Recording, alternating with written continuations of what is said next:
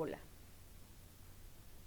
enos entonces nuevamente aquí haciendo la tarea, juiciosos, y vamos a terminar entonces hoy lo concerniente al rey Ezequías. Y en el versículo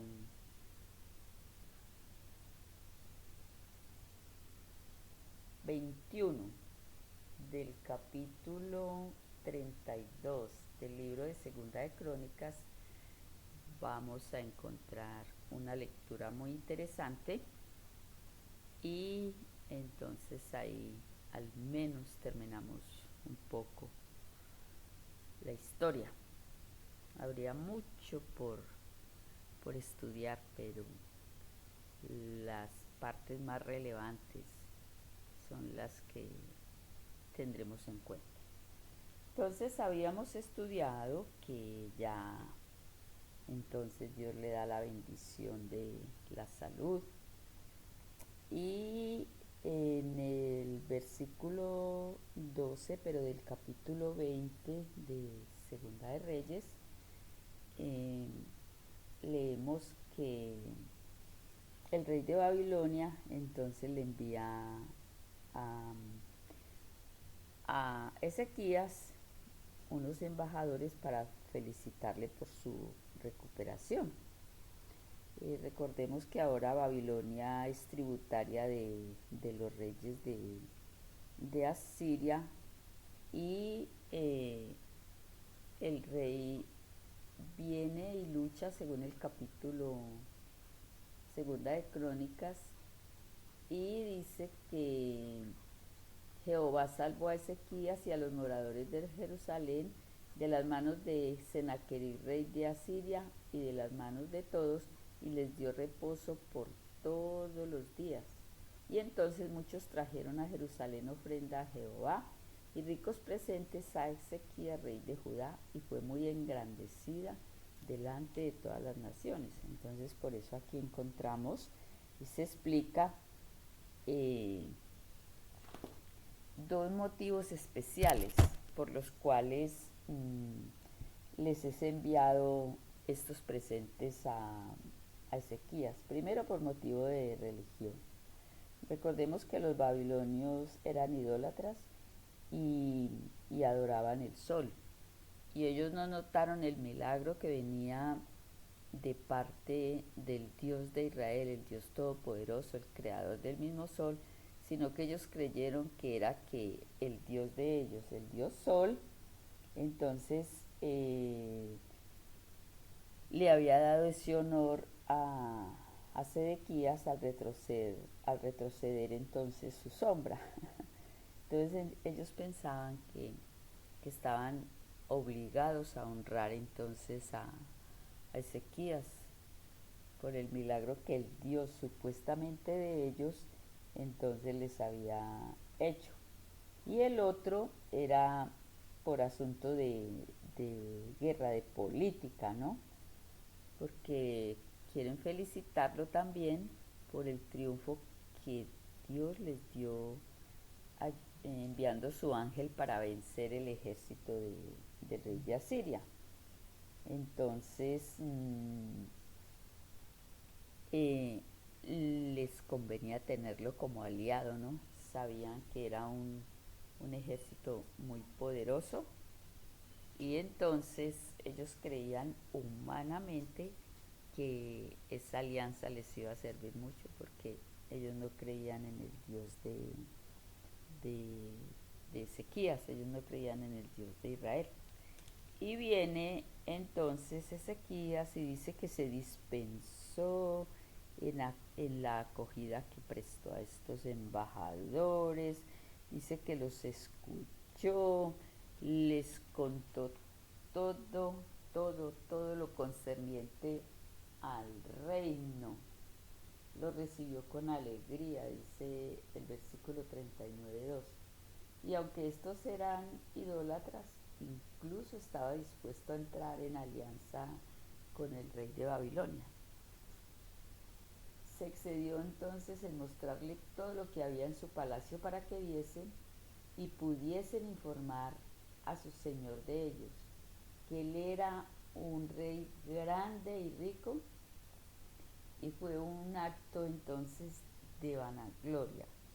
Si podemos leer aquí Segunda de Crónicas 32,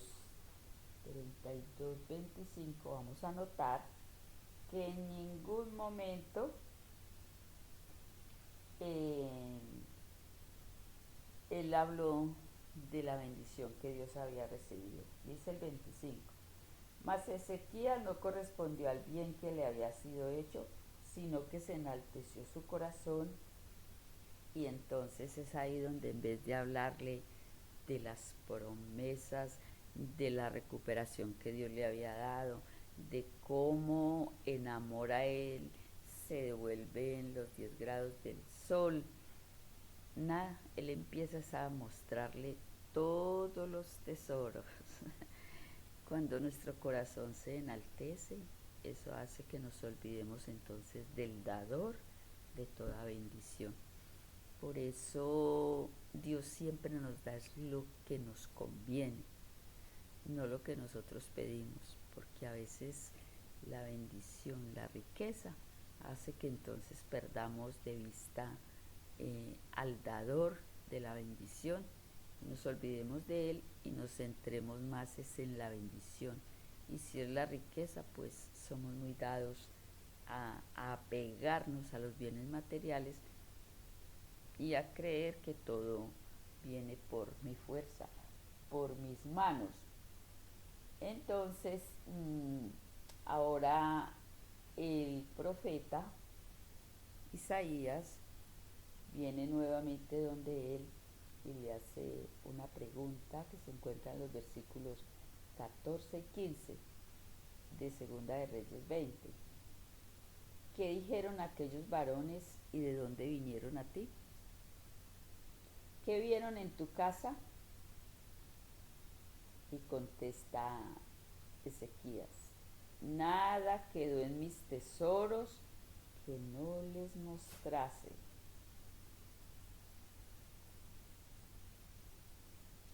O sea, el mayor tesoro que debía haber mostrado, que fue la bendición de Dios, la opacó. El apego entonces a los bienes materiales que le habían sido dados. Viene en el versículo 17 y 18 ahora la sentencia pronunciada por su vanidad ostentosa. Los tesoros de los que tan orgullosos se sentía vendrían a ser presa ajena, pues el mismo rey de Babilonia, cuya alianza procuraba con tanto interés, venía a ser el enemigo que se apoderaría de todos aquellos tesoros. Pero cuando se le explica esta situación a Ezequías, porque él quería hacer alianza con él, porque iba a tener muchos beneficios y aún más iba a ser muy poderoso. Entonces se le dice que Babilonia sería la ruina de ellos. Su respuesta tiene, digamos, como cierto, ¿cómo diríamos? Como cierto interés, y le pregunta: ¿habrá al menos paz y seguridad en mis días?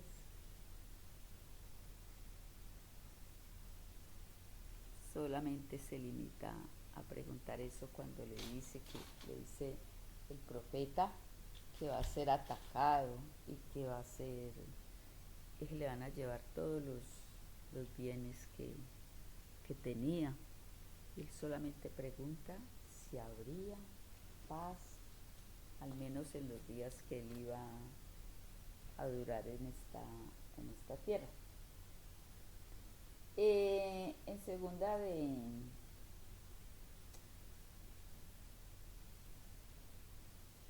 de, de Crónicas vemos otros hechos muy interesantes de de Ezequías. Tuvo riqueza y gloria, muchas en gran manera, y adquirió tesoros de plata, piedras preciosas. Hizo depósitos para las rentas del grano, del vino y del aceite, o sea, las, las cosechas eran entonces depositadas en silos, en establos. Ahí es donde empiezan a crearse los establos para las bestias, apriscos para los ganados.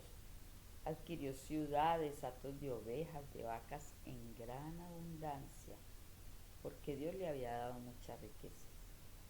Y tuvo algo muy especial, y es que condujo el agua hacia el occidente de la ciudad, y fue prosperado entonces en todo lo que hizo.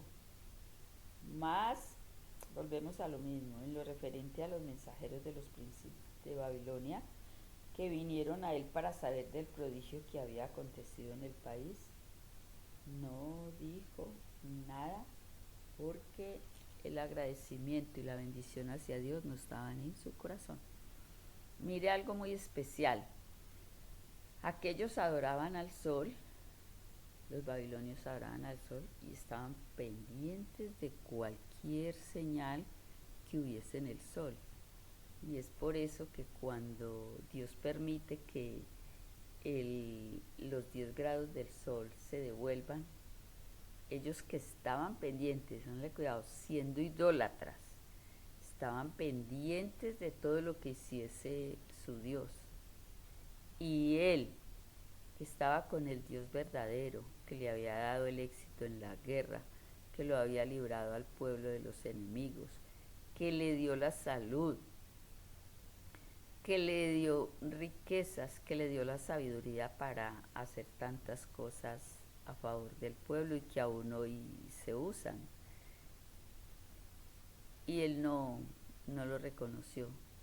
Se limitó simplemente a mostrar todo lo que tenía. ¿Qué hacemos nosotros con las bendiciones que Dios nos da? Le comentamos a otros, le compartimos la alegría de saber que tenemos un Dios que nos provee, que tenemos un Dios que nos ayuda, que tenemos un Dios que abre puertas, que abre caminos, un Dios que nos cuida, y sobre todo un Dios que nos perdona, un Dios que solo necesita de nosotros que le demos nuestro corazón, un Dios que necesita de nosotros que le creamos y le busquemos en fe. ¿Qué hace usted con las bendiciones de Dios? ¿A cuántas le comparte?